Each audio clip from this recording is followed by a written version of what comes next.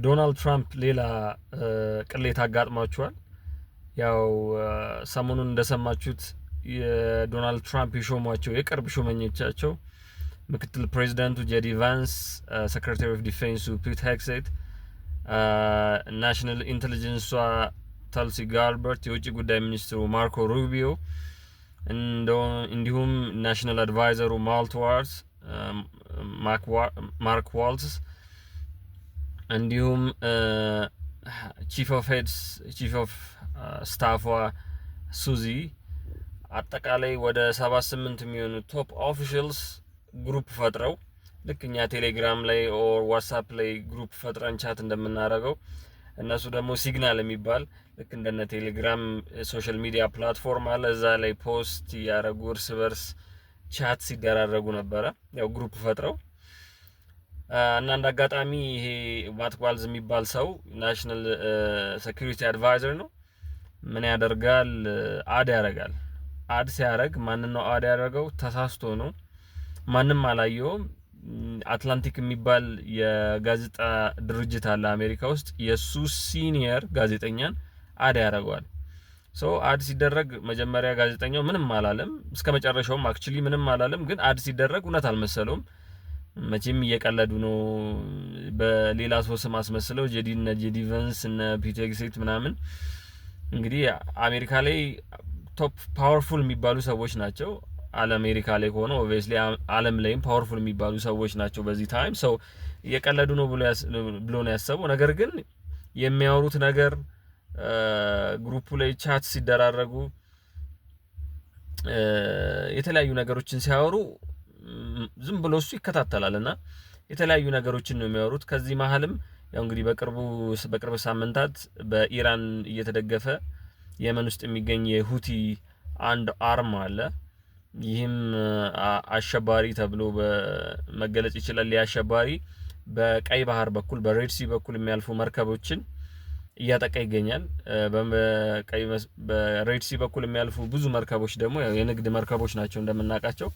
በብዛት ደግሞ ወደ አፍሪካ የሚመጡ እቃዎችና ወደ አውሮፓ የሚሄዱ ወደ ኤዥያ የሚሄዱ የንግድ መርከቦች ናቸውና እዚህ ላይ በጣም ጥቃት እያደረሰ የሁቲው በኢራን የሚደገፈው ሁቲ ቀውስ እየፈጠረ ነበርና በትራምፕ ትዕዛዝ አሜሪካ ቦምብ እንድታረጋቸው ተወስኖ ነበርና ይህንን ውሳኔ ግሩፕ ላይ ቻት ያደርጋሉ። ጄዲ ቫንስ የሚባለው ለምን ትራምፕ እንደፈቀደ ያው ፕሬዚዳንት ነው ግን እቃወመዋለሁ ነገር ይላል። ያው በግልጽ እንግሊዘኛ እንደዛ ባይለውም ያው እንደሚቃወመው ነገር ግሩፕ ላይ ይገልጻል። እኛ ሁሌ ዩሮፕን ማዳን የለበትም፣ ዩሮፕ የራሷን ማዳን አለባት። እኛ በሬድ ሲ በኩል የሚያልፍ መርከባችን 3% ብቻ ነው፣ የነሱ እኮ ኦልሞስት 90% የነሱ ነገር ነው የሚለውና እነሱ ራሳቸውን በራሳቸው መቻል አለባቸው ይላል። ከዛ እሱ ልክ እንደዛ እንዳለ የሴክሬታሪ ኦፍ ዲፌንስ ፒት ሄግሴት ምን ይላል? ያ በጣም እኔም አንተ የምትለው ነገር ይገባኛል። ዩሮፖች እስከ መች ድረስ ነው በአሜሪካ ጥገኝነት የሚኖሩት? ራሳቸውን ለምንድን ነው የማይችሉት? ምንም ነገር የሚሰጡን ነገር የለም ብሎ ካወራ በኋላ ነገር ግን በፕሬዝዳንቱ ምንድነው ትዕዛዝ እነዚህ ቴሮሪስቶች ጥቃት ሊደርስባቸው ይገባል። ጥቃት ልናደርስባቸው የምንችለው ሀያል ሀገር ደግሞ አሜሪካ ብቻ ነች ብሎ ይነግረዋል። ከዛ ይስማማሉ። ከዛ ከተስማሙ በኋላ መች ባምብ እንደሚደረግ ምን አይነት ጦር መሳሪያ እንደሚጠቀሙ ቦታው ስል ያው ዝም ብሎ እንደኛ ፒያሳ ኦር መርካቶ ኦር ቦሌ ምናምን ብሎ ሳይሆን ሎንጊቲዩድ ላቲቲዩድ ላይክ ፕሪሳይስ የሆነ ሎኬሽን ጠቅሶ ማለት ነው። ይህንን ፖስት ያደርጋል። እንግዲህ ይህንን ፖስት ሲያደርግ ጋዜጠኛው ቁጭ ብሎ እንደ ፊልም ያየዋል ማለት ነው። እስካሁን ምንም አላለም፣ እስከ መጨረሻውም አክቹሊ አይልም። ከዛ እውነት መሆኑን በጣም ማመን አልቻለም።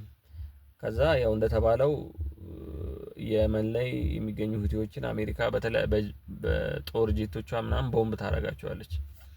ከዛ በኋላ ልክ ቦምብ እንዳረገቻቸው በደቂቃዎች ልዩነት እዛ ግሩፕ ቻት ላይ እነዚህ አሁን ቀደም የጠቀስኳቸው ኦፊሻሎች እርስ በርስ በቃ ይሞጋገሳሉ። በጣም ጥሩ የሚገርም ስራ ነው የሰራው ምናምን ሲሞጋገሱ ደግሞ ዝም ብሎ ሳይሆን በኢሞጂ ምናምን ነው። ኢሞጂ የእሳቷ ኢሞጂ የለችም በሷ በእንትን እቺ ፍሌክስ በሚያደርገው ብቻ በጣም በቃ ሲሞጋገሱ በቃ ይሄማ ድራማ መሆን አለበት ብሎ ይገርመዋል። ለምን እንዲህ አይነት ሴንሲቲቭ የሆኑ የመረጃ ልውውጦች እንኳን በቻት ያው በቃ ቴሌግራም በሉ ሲግናል በሚባል ቻት ይቀርና በሰኪዩር በሆነ ስልክ እንኳን ይጠለፋል ተብሎ አይወራም። ግዴታ በአካል ተገናኝቶ ነው የሚወራውና ይሄ የአሜሪካ ወታደሮችን ደህንነት ላይ የሚጥለው አጠቃላይ አሜሪካን እንደ ወታደሮቿን ብቻ ሳይሆን አጠቃላይ አሜሪካን ደህንነት ላይ የሚጥል ነገር ነው። ተጠልፎ ቢሆን ሀክ ተደርጎ ቢሆን የመንያኖች ተጠቅመውበት ሁቲዎች ደርሰውበት አሜሪካ ወታደሮች ላይ ትልቅ ጉዳት ሊያደርስ የሚችል ነገር ነበርና በአጠቃላይ ይሄ ነገር ገርሟቸው ምናምን ነበር። ከዛ ቀጥታ ይሄንን ስክሪንሻት አድርጎ እሱ ሄዶ ቀጥታ ጋዜጣው ላይ አርቲክል ይጽፋል። አርቲክል ከጻፈ በኋላ ያው የዓለም መገናኛ ብዙሃን እየተቀባበሉት ይገኛል። እነሱ ደግሞ አላልንም ምናምን ሲሉ ነበር። አንድ ቀን ሁለተኛው ቀን ላይ ብለናል፣ ግን ምንም ችግር የለውም ምንም ያወራነው ነገር ትክክል ነው አሉ። ሶስተኛ ቀን ላይ ማሁን ጋዜጠኛ ነው ውሸታም ጋዜጠኛ ነው ማለት ግራ ገብቷቸዋልና ያው እንግዲህ የትራምፕ አድሚኒስትሬሽን በዚህ መልኩ እየቀጠለ ነው። ይመቻችሁ።